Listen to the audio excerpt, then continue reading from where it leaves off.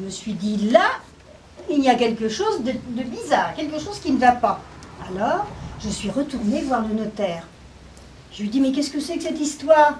Déjà l'autre jour, quand vous m'avez donné les clés, vous aviez l'air de ricaner, là. Et puis je suis allée voir mes voisins, ils me claquent la porte au nez. Alors le notaire, à nouveau voir ricaner, m'a dit, je peux bien vous le dire, maintenant que je vous l'ai vendu la maison. Eh bien, elle est hantée. Alors là, je suis devenue toute blanche, je me suis mise à trembler. Je dis, quoi? Il me dit, non, ne vous inquiétez pas, c'est pas si grave que ça. Simplement, il y a une sorcière dans le placard au balai. Mais la sorcière, elle n'est pas tout le temps là. Elle est là seulement la nuit. Et puis, elle ne sort pas tout le temps. Elle sort simplement quand on chante. Sorcière, sorcière, prends garde à ton derrière. Sorcière, sorcière, prends garde à ton derrière. Si vous ne chantez pas la chanson, la sorcière ne sortira jamais. Forcément, cette chanson, il me l'avait chantée, je l'avais dans la tête. Et en retournant chez moi dans ma nouvelle maison, tout le long du chemin, je l'ai chantée. Je l'ai chantée encore en montant les escaliers, puis j'ai réussi à m'arrêter.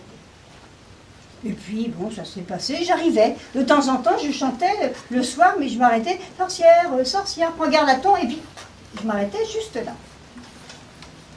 Mais pour Noël, avec des amis, on avait organisé une fête. On a beaucoup bu. Et quand je suis rentrée chez moi, eh bien, j'étais un peu contente. Et là, du coup, j'ai chanté tout le long du chemin.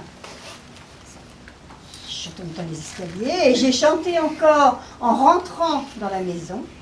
Sorcière, sorcière, prends garde à ton derrière. Et là, hop, la porte du placard au balai s'est ouverte.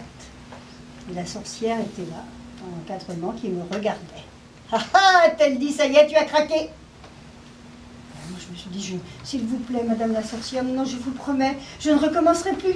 Je vous assure, là j'en ai pas fait exprès. Je voulais pas vous déranger. Je ne recommencerai pas. Pour un peu, je me serais mise à genoux, tellement j'avais peur. Et elle a dit, taratata, taratata. Je n'écoute pas ton baratin. Je suis sortie, et bien, maintenant, je dois t'emmener. Puis elle a vu que j'étais tellement triste que finalement elle m'a dit, bon, bah, si tu veux, je te donne une chance. Tu devras accomplir une épreuve. Si tu réussis, tu resteras dans la maison, moi je partirai. Sinon, eh bien, je t'emmène. Alors voilà ce que tu vas faire. Tu devras me trouver des choses, tu devras me demander des choses impossibles à trouver. Si jamais il y a une seule chose que je ne peux pas te donner, eh bien, j'aurai perdu et je m'en irai, la maison sera à toi. Alors je t'écoute. Moi, je ne savais pas du tout quoi lui demander comme chose impossible. Alors, comme elle a vu que j'étais embarrassée, qu'elle n'était pas si méchante que ça, elle m'a dit, bon, bah, si tu veux, je te donne rendez-vous à demain. Alors, le lendemain matin, quand je me suis levée, j'ai bien réfléchi, je ne savais toujours pas quoi demander. Alors, je me suis souvenue que l'épicier du bout de la rue avait dans son magasin, sur son comptoir, un bocal dans lequel il y avait 3 poissons. Et ces poissons, on pouvait leur poser des questions, eh bien, ils connaissaient toutes les réponses. Alors je suis allée trouver Bachir, et puis je lui ai dit, voilà, je voudrais savoir, la sorcière me demande quelque chose d'impossible. Il a interrogé ces poissons. C'était un peu compliqué parce que les poissons ne comprenaient pas le langage humain. Donc il y avait une souris qui faisait l'interprète. Alors c'était la souris qui parlait aux poissons, et puis après la souris parlait à Bachir qui traduisait et qui me reparlait. On y est arrivé. Et donc les poissons ont dit, il faut demander des bijoux en caoutchouc qui aient l'air de vrais bijoux. Donc le soir, quand la sorcière a ouvert le placard au balai, je lui ai dit, voilà, je voudrais des bijoux en caoutchouc qui aient l'air de vrais bijoux. Ouh, elle m'a dit, non, ça c'est pas vrai, t'as pas trouvé ça toute seule, hein? Mais ça me fait rien. Elle a mis la main dans sa poche et elle en a sorti des bijoux. C'était beau, ça brillait, on aurait dit de l'or et des diamants, vraiment. Comme des émeraudes, des rubis, toutes sortes. Ça étincelait, c'était magnifique.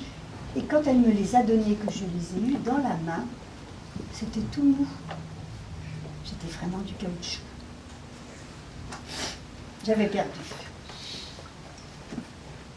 Elle m'a dit à demain. Je suis retournée voir Bachir, je lui ai dit non, ça n'a pas été, elle m'a donné. Alors il a recommencé, les poissons, la souris. Et finalement, il me dit, eh bien, essaie de lui demander une branche de l'arbre à macaroni.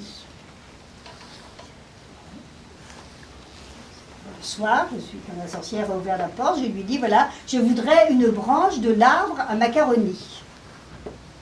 Elle m'a dit, là, ça non plus, tu ne l'as pas trouvée toute seule. Mais elle est rentrée dans le placard au balai, elle est ressortie, et dans la main, elle avait une branche d'arbre à macaroni. Alors, qu'est-ce que ça de particulier, une branche d'arbre à macaroni? Ben, il y avait, pour faire les petites fleurs, il y avait des coquillettes. Pour faire les petites branches, il y avait des spaghettis. Pour faire les grosses branches, il y avait des macaronis, des gros.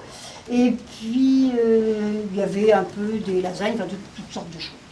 Des pâtes, en fait. Je lui ai dit, mais c'est pas un arbre, ça! Elle m'a dit, bien, essaie de le planter, puis tu vas voir. Alors je suis allée dans le jardin, j'ai planté la branche, je l'ai arrosée un peu, et quand je suis venue le lendemain matin, la branche avait poussé, c'était presque un arbre. J'ai voulu l'arracher, c'était pas possible. Il y avait des racines comme du vermicelle, et ça tenait fort dans la terre. J'avais encore perdu. Alors je suis retournée chez Bachir, et cette fois, donc les poissons ont dit, eh bien, il faut lui demander la grenouille à cheveux. Et cette fois, la grenouille à cheveux, elle ne pourra pas la donner parce que c'est elle-même. Alors, le soir, quand la sorcière est sortie du placard au balai, je lui ai dit, eh bien, voilà, je voudrais que tu me donnes la grenouille à cheveux. Bien, dis-moi, à ton avis, est-ce qu'elle va pouvoir me la donner? Est-ce qu'elle va pouvoir me la donner, la grenouille à cheveux? Si tu as une idée de la réponse et que tu ne réponds pas, eh bien, ta tête volera en éclats. Le roi Vikram avait bien une idée, donc il était obligé de la dire. La sorcière, elle veut la garder, sa maison. Alors elle va accepter de se transformer.